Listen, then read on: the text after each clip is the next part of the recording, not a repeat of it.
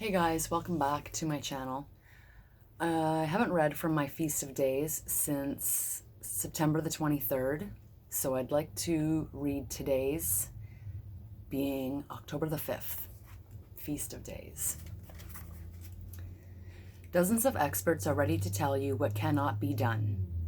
The difference is in the person doing it. It isn't a matter of trying harder or giving more. Frequently, something doesn't click into place until we turn it loose and walk away.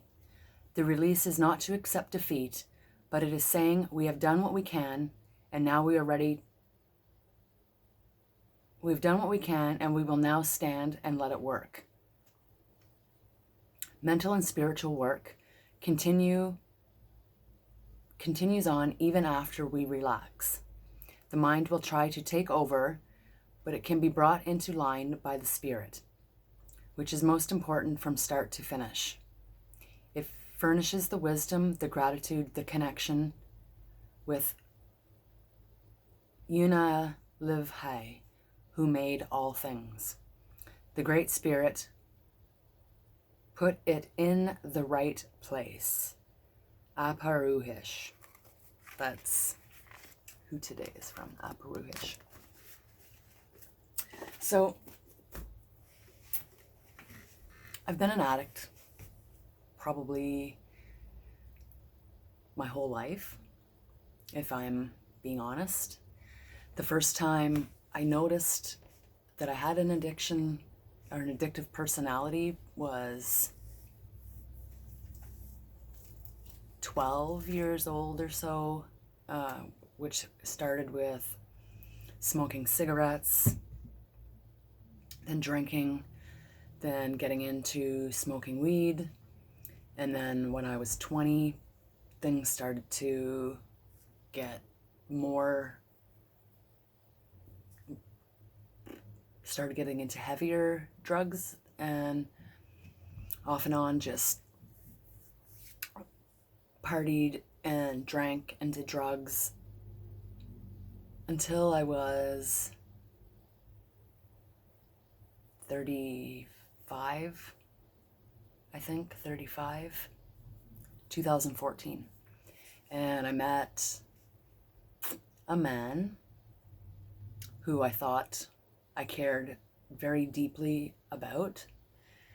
And he was from another country, and I met him through friends of mine.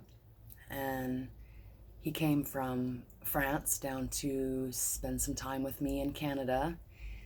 And we were hanging out, having fun, and he got a mark here, somewhere on his arm, right here.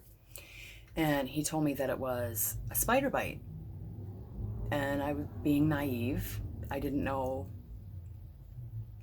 really anything about drugs other than party drugs that you find in small towns. Like, I don't know what I can say on YouTube, but the kind of things, and just smoking weed and stuff, a lot of drinking, pills, and I didn't know anything about intravenous things, and my friends were warning me, and I didn't believe them because I was so in love with this guy. And Halloween came around, and we were all dressed up, ready to go to a party. And he came out of the bathroom with some syringes in his pocket, like in this kind of pocket like this. Very carelessly, just came out of the bathroom, like, and I was like, what the fuck is that? What is that? And I lost my mind, and we ended up having a really big fight, and the police came, and he took off in his car. But they told me that he wasn't a very good person, and from the time of stepping off the plane, he had been in trouble. From the moment he stepped off the plane, they had suspected that he was a drug trafficker or a drug mule bringing things into our country, and they wanted to deport him right away. And I didn't believe them. Still, I didn't believe them. And my birthday falls not much past Halloween. My birthday is November the 7th. So him and I didn't talk from Halloween until my birthday, when he messaged me asking me if we could get together because he had a birthday present for me. So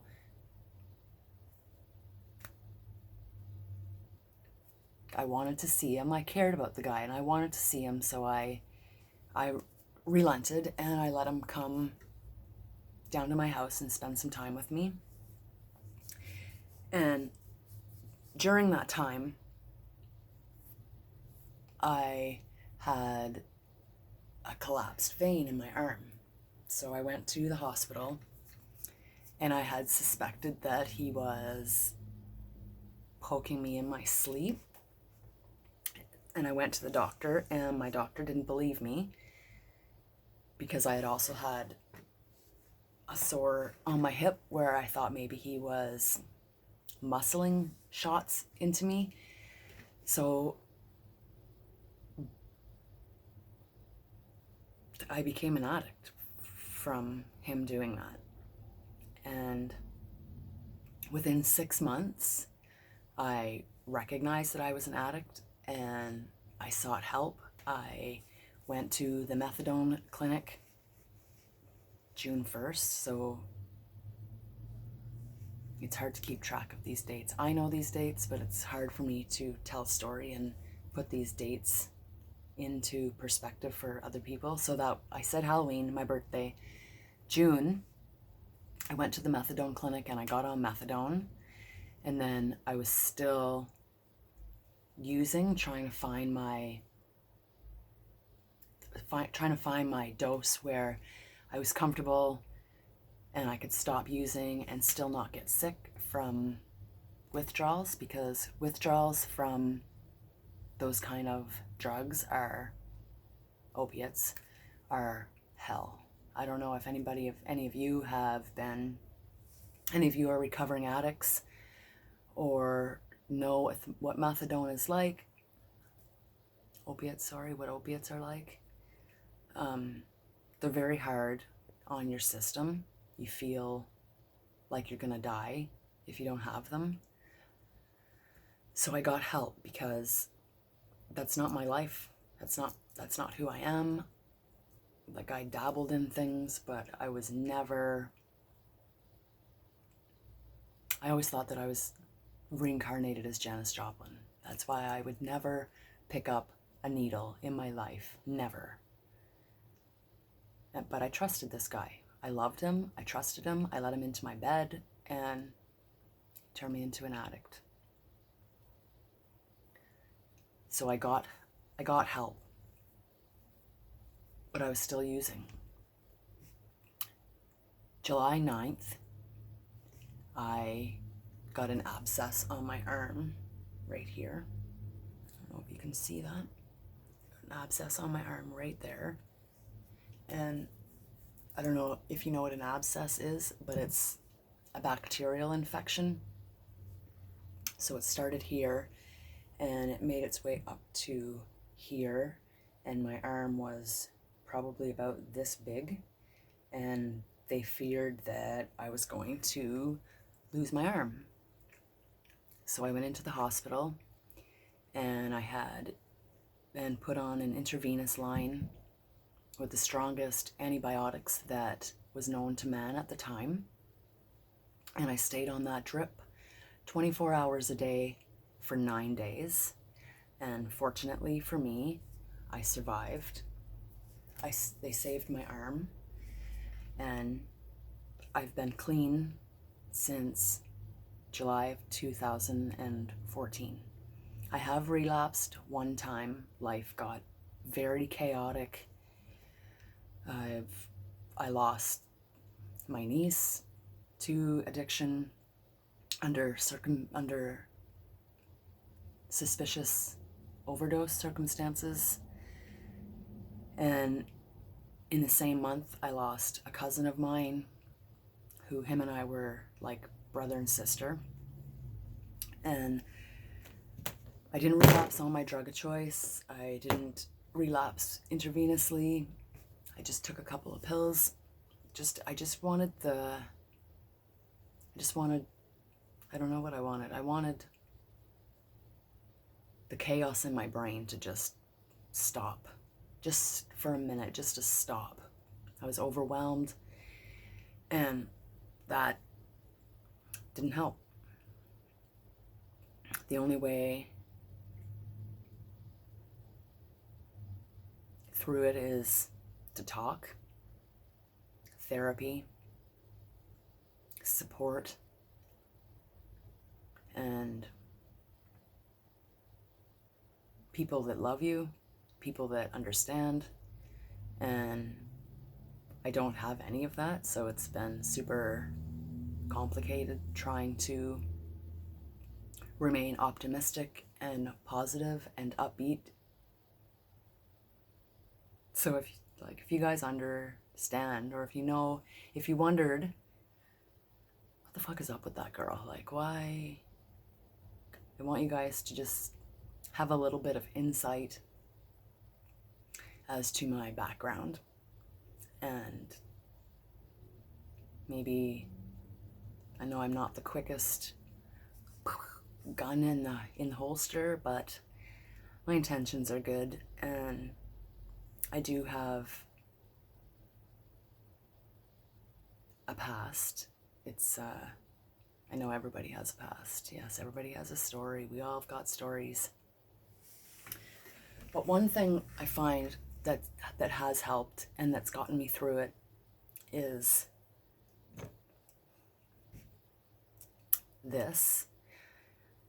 I don't know, some people may consider this still to be part of my problem, because it's a vape, and it's a cannabis vape, but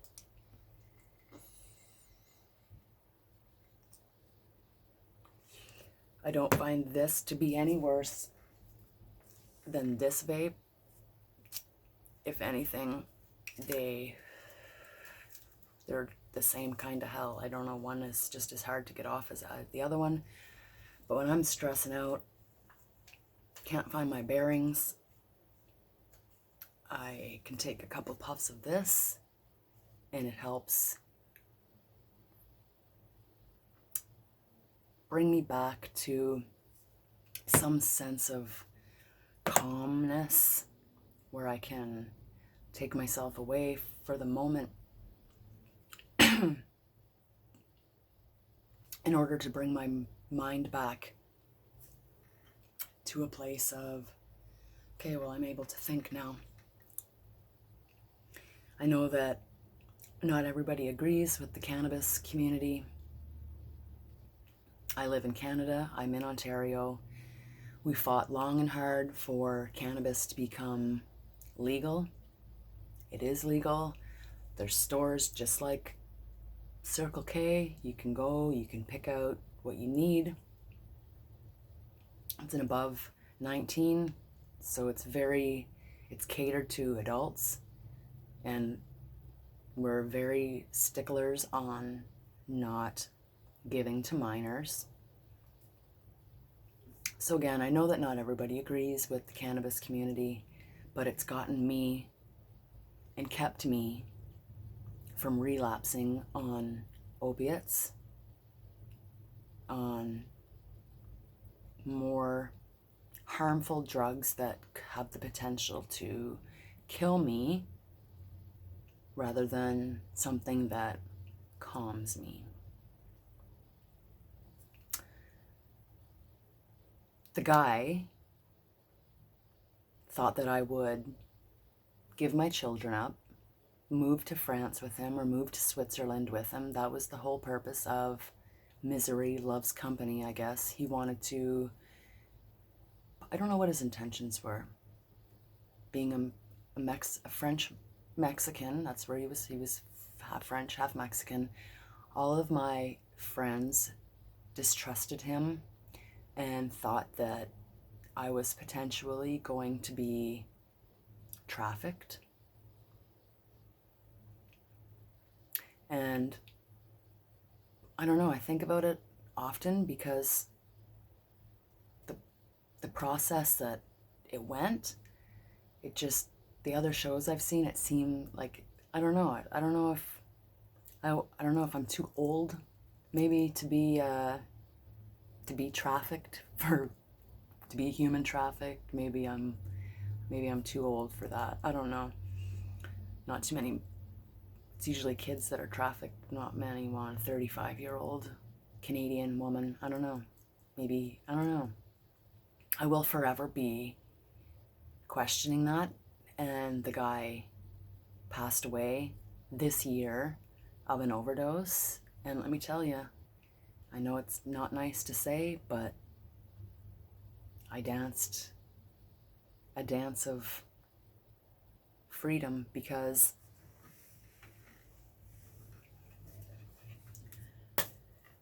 I still sleep with bats to this day.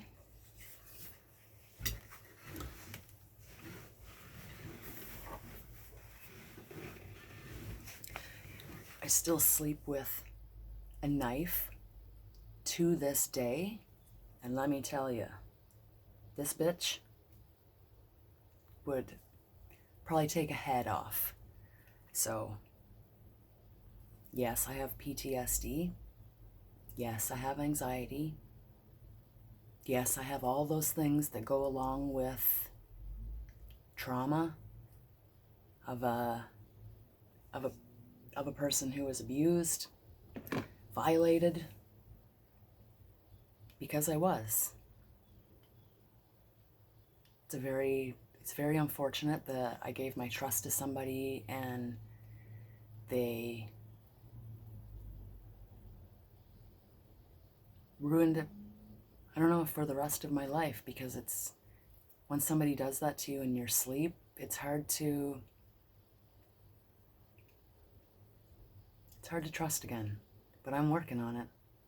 I have a therapist, and I just want to go back to being my happy, upbeat, hippie self that I was before. And I hope I can find her again, because she was actually,